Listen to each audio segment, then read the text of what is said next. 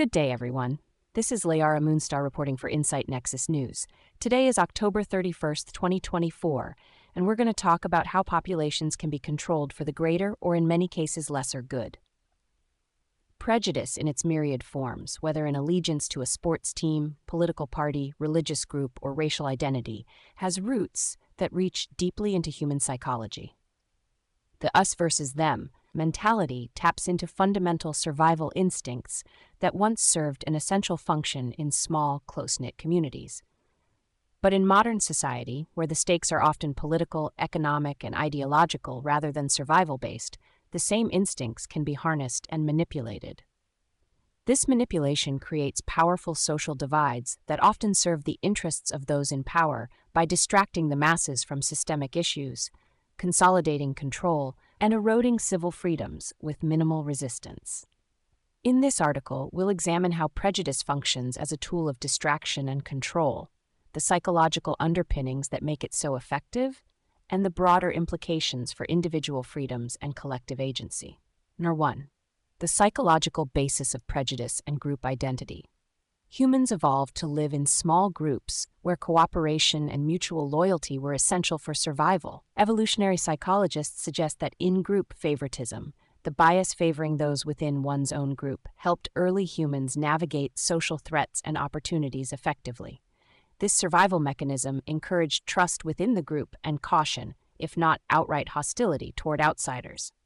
The us versus them divide is thus deeply embedded in our psyche and can be triggered in a wide variety of contexts: sports rivalries, political affiliations, religious beliefs, or cultural backgrounds.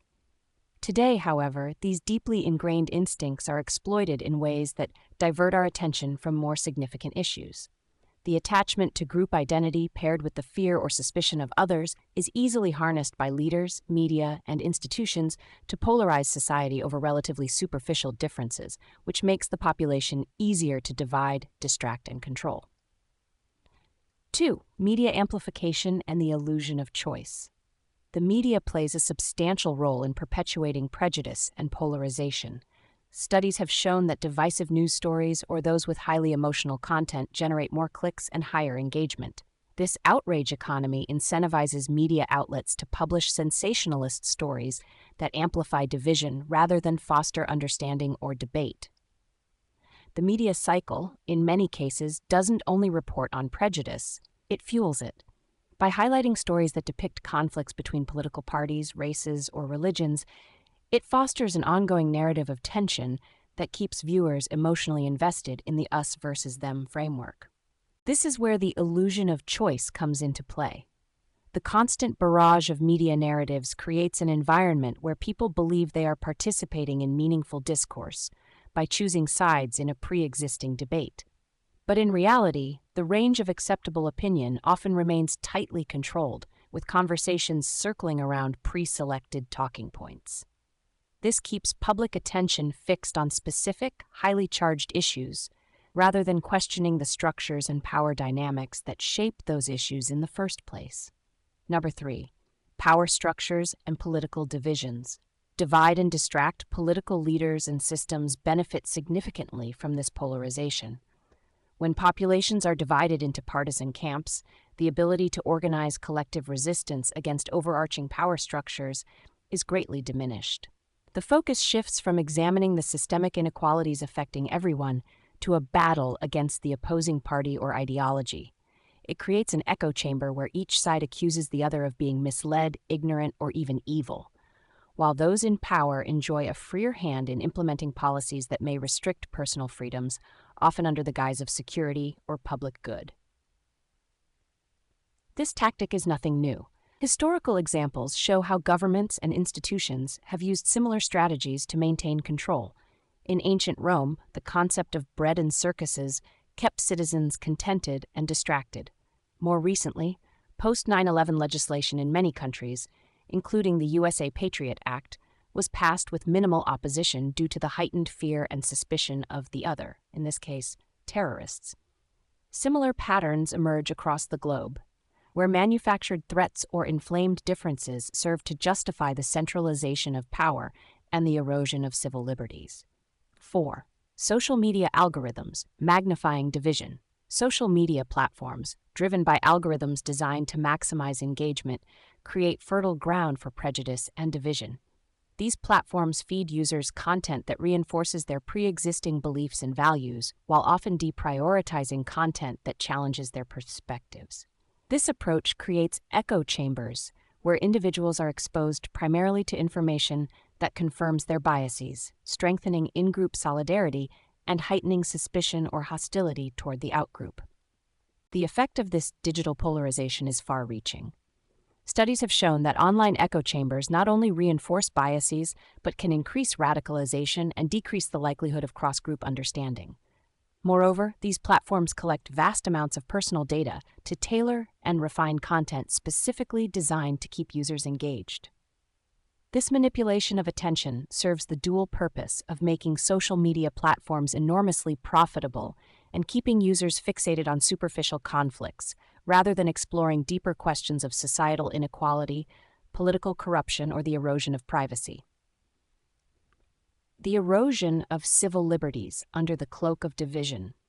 As attention is diverted to identity-based conflicts and superficial controversies, lawmakers and corporate interests can pass policies and make structural changes that often go unexamined. Surveillance programs, restrictive protest laws, and measures that curtail online privacy are implemented quietly, while public discourse is consumed by divisive narratives. In the United States, for example, issues such as mass surveillance or the militarization of the police force rarely receive sustained mainstream attention, in part because the public's focus is directed toward polarizing debates. This is not a uniquely American phenomenon. The erosion of civil liberties under the guise of protecting the greater good is a global trend. Countries worldwide have used the specter of terrorism, extremism, or other threats to pass legislation that limits freedoms. By emphasizing threats, both real and exaggerated, from others, governments can justify measures that would otherwise face significant opposition. Number 6, breaking the cycle, awareness and collective agency. Addressing the manipulation of prejudice for control requires a multifaceted approach rooted in awareness, education, and a commitment to critical thinking. Individuals can begin by questioning the narratives presented to them and exploring sources that challenge their own perspectives. By recognizing the ways in which prejudice is not just a social issue but a tool for control, individuals can take steps to disentangle themselves from its effects. Organizations, too, have a role to play. Nonprofits, advocacy groups, and community organizers can work to promote inclusivity, dialogue, and an understanding of shared struggles. Initiatives that bring together individuals across divides can help break down the constructed barriers that fuel prejudice and foster a more holistic view of the issues that impact everyone, regardless of identity or affiliation. 7. Conclusion. Toward a freer and more informed society. Ultimately, the use of prejudice to distract and control is a testament to the enduring power of human psychology and the ease with which it can be exploited. But awareness is a powerful antidote.